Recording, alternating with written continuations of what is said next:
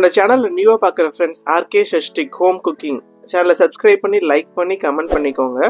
மறக்காம bell button click பண்ணிக்கோங்க. அப்போ தான் நான் போஸ்ட் பண்ணுற எல்லா வீடியோஸும் உங்களுக்கு இன்ஸ்டண்ட்டாக கிடைக்கும். வாங்க வீடியோக்குள்ளே போகலாம். இன்னைக்கு நம்ம என்ன பண்ண போகிறோம் அப்படின்னா காடை ஃப்ரை தாங்க. இது நீங்கள் வந்து செம்மியாக பண்ணலாம், ட்ரையாகவும் பண்ணலாம். உங்களுக்கு இது சிக்கனோட வந்து பார்த்தீங்கன்னா ரொம்ப ஹெல்த்தியஸ் ஒன்று. அந்த ரேட்டும் வந்து பார்த்தீங்கன்னா ரொம்ப கம்மி தான் உங்களுக்கு.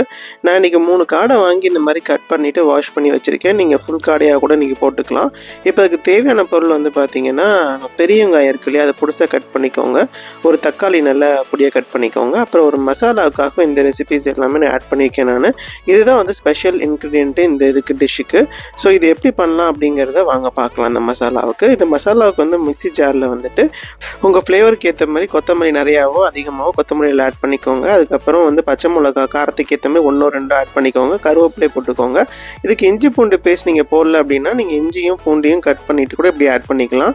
நான் இங்கே வந்து என்ன பண்ணியிருக்கேன் அப்படின்னா இஞ்சி பூண்டு பேஸ்ட் ஆக்கி தான் போட்டிருக்கேன் நான். இப்போ மிளகு, சோம்பு, சீரகம் இதையும் வந்து நீங்கள் அப்படியே ஆட் பண்ணிக்கலாம். அப்படி இல்லைன்னா வந்து இது ஒரு ஓட்டிட்டு அதுக்கப்புறம் கூட ஆட் பண்ணிங்கன்னா நல்லா தான் இருக்கும் உங்களுக்கு. பட் டைம்ஸ் கன்சியஸ்னால் நீங்கள் வந்து இப்படி பண்ணிக்கலாம். நீங்கள் இஞ்சி பூண்டு பேஸ்ட்டும் போட்டுட்டு மூடி போட்டு மிக்ஸி ஜாரில் நல்லா கொரப்பாக நல்லா அரைச்சிக்கோங்க. ஸோ இந்த மாதிரி கொரன்னு வந்தால் தான் நல்லா டேஸ்ட்டாக இருக்கும். இப்போ ஒரு பேன் வச்சுக்கோங்க. எண்ணெய் ஊற்றிட்டு குக்கிங் ஆயில் எண்ணெய் ஃப்ளேவர் ஆட் பண்ணிங்களோ ஆட் பண்ணிக்கோங்க.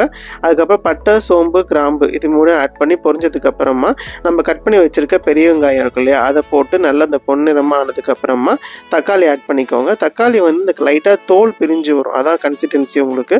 அதுக்கப்புறம் கருவேப்பிலை ஆட் பண்ணிவிட்டு அதுக்கப்புறம் வந்து மறைச்சி வச்சுருக்கோம் இல்லையா ஸ்பெஷல் மசாலா ஒன்று, அதையும் ஆட் பண்ணி நல்லா அதை வதக்கி விடுங்க. இது நல்லா பச்சை வாசம் போனதுக்கப்புறம் பார்த்தீங்கன்னா நம்ம காடை இருக்கு இல்லையா, காடையை வந்து கழுவி வாஷ் பண்ணி வச்சுருக்கோம் இல்லையா, அதை ஆட் பண்ணிக்கோங்க. உங்களுக்கு இது வந்து சிம்லேயே வச்சுக்கோங்க. இது நல்லா போட்டதுக்கப்புறம் நல்லா பரட்டி விடுங்க.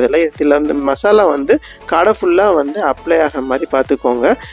இப்போ உங்கள் டேஸ்ட்டுக்கு ஏற்ற மாதிரி கல் உப்போ தூள் உப்போ ஆட் பண்ணி, கல் உப்பு போட்டு டேஸ்ட்டாக இருக்கும் உங்களுக்கு. இது போட்டுட்டு நல்லா பரட்டி விடுங்க. இப்போ வந்து 2 ஸ்பூன் மல்லித்தூள், 1 ஸ்பூன் வந்து மிளகாத்தூள் ஆட் பண்ணிவிட்டு இது நல்லா வதக்கி விடுங்க. பச்சை வாசம் போகிற மாதிரி நல்லா வதங்கினதுக்கு அப்புறமா நீங்கள் அரிசி களைஞ்ச தண்ணி இருக்கும் இல்லையா, அந்த 2வது தண்ணி அதை வந்து கொஞ்சமாக ஆட் பண்ணிக்கோங்க.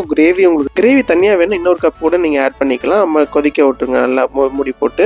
அதுக்கப்புறம் நீங்கள் வந்து இறக்க போகிற சமயத்தில் தேங்காய், சோம்பு, கசகசா இது 3 நல்லா அரைச்சி அதில் ஊற்றிக்கோங்க. ஊற்றிட்டு ஒரு 10 to 15 நிமிஷம் நீங்கள் மூடி போட்டு வச்சிங்கன்னா நல்லா டேஸ்டான காடை ஃப்ரை ரெடி ஆயிடும் உங்களுக்கு. இது வந்து பார்த்தீங்கன்னா சிக்கனோட ஹெல்த் பெனிஃபிட்ஸ் அதிகம்னு சொல்கிறாங்க. நமக்கு ரேட்டும் ரொம்ப கம்மியாக தான் இருக்கும் உங்களுக்கு. ஒரு வாரம் இந்த மாதிரி செஞ்சு பார்த்துட்டு எப்படி இருந்துச்சு அப்படிங்கிறத கமெண்ட் பண்ணுங்கள் ஃப்ரெண்ட்ஸ். பாய்.